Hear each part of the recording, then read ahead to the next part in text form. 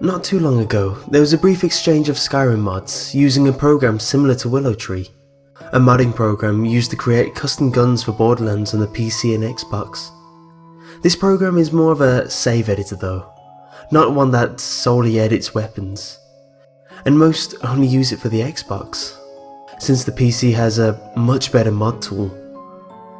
Anyway, someone decided it would be cool to actually create a mod that was much like the famous CreepyPasta JVKSKY1166.esm, a mod for Skyrim, which the majority of players claim to be a hoax and a made-up story, to which I agree. If you don't know what the mod is, I suggest googling it, it's pretty interesting. So this mod is a surprisingly small file that held only a few scripts. Most players downloaded it because it was easily removable. This mod is called JVKSKY1166.esm, a supposed brainchild to the Morrowind hoax. Most players experience the mod to cause the Whiterun town crier, Heimska, to engage dialogue with you as if you're an event, but not actually having any dialogue. Other players report that the mod does nothing. Some discover that if you have a book titled Killing Before You're Killed, then some weird things begin to happen. I have a friend that I met on Xbox playing Borderlands 2 together, and he was using the mod. He was the first person I heard from about this. He was really involved in it and even maintained a topic on the modding forum about it. The activation key for the mod is having the book previously mentioned in your inventory. Heimska will engage in dialogue with you if you have the book, but he actually has something to tell you. He simply tells you, "It's time," and then moves from his regular town crier spot. If you follow him, you find him go into the Dragon's Reach prison, under the Jarl's place. But when you enter after he does, he's nowhere to be found. The mod does nothing else until you have played for a day, in-game time. After this time has passed, you can return to Whiterun and find that the entire city is empty, and that it's nighttime, even if it were day when you entered the city through the gate or fast travelled from a nearby location. There is no music, no sound, no guards, nothing. The entire city was just odd. All the torches were put out, almost to the point that I needed a torch. It even reminded me of a necromancer altar you find throughout the game. But the creepiest thing was that Heimska was sitting on the bench under the tree. So Whiterun remains this way. No more buying iron bars from the blacksmith or doing quests for the Jarl. The few players that discovered this complained about the story progress, saying that since the Jarl wasn't there, then you wouldn't be able to even progress the story, thus a flaw in the mod. But the Jarl does return. No one really knows what triggers this, but you'll eventually be teleported to Whiterun, as if you had fast travelled there. I was doing some potion making when I got teleported. From every player I've spoken to, they all say the days changed to being the 13th of Rain's Hand. I did a little research and found that the Day of the Dead, a Breton holiday, is on the Skyrim scroll calendar for the 13th of Rain's Day. So on this day, the Jarl returns to his throne. After being teleported to Whiterun, things really start to seem like another game. When you appear on the city, you find a childlike figure standing in the distance, near the bar and general store in front of the well. You can't discern any facial features or sex. It almost looks like a blob of darkness as a small humanoid shape. I went around to the rest of the shops, after discovering that the Jarl returned, to see if anyone else was back. And all through the city you'll find this dark blob in odd places, watching you. Like in between two houses, on the top of a building in the distance, and near the bloodfalls leading up to the Jarl's place.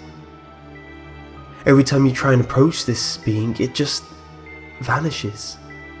Almost like the game skips a frame, and then it's gone. But right before it vanishes, you hear this echo of whispering. So I explored a little more, with the dark humanoid following me everywhere I turned. I decided to leave and go do other quests, but I found that the water everywhere else has turned to blood and bones, while disposing of the vegetation throughout the land.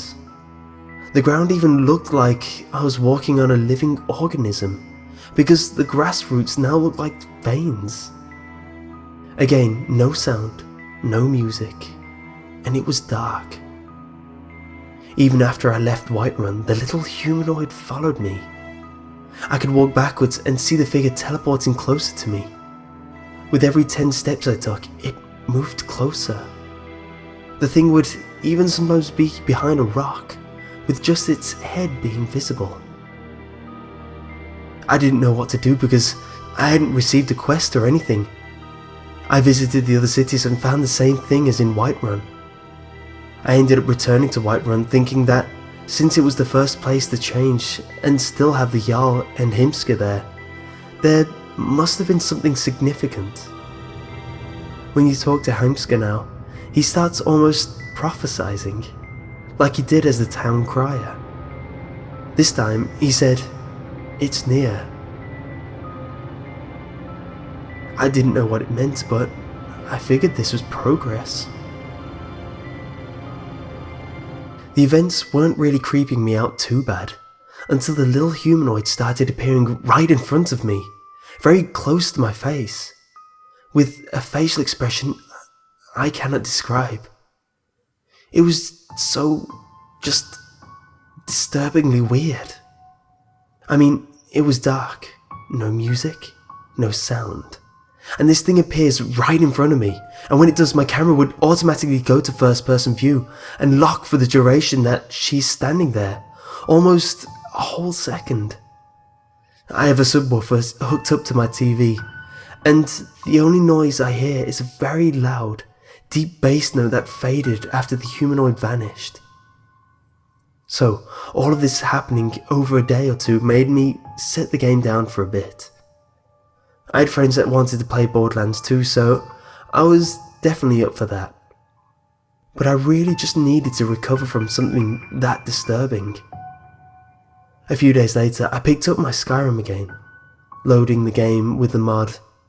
The mod had been on my mind the past few days, and I wanted to know what Himska was talking about. What would be near? What time's it for? And why does the day still say the 13th of Rain's Hand? This time, Himska was standing right in front of me when I loaded up, almost like he was expecting me. The camera zoomed in on him, starting a dialogue event, to which he said, "The time is here." After the dialogue, I received a note with a blood-red text telling me to go to Dragonreach Dungeon.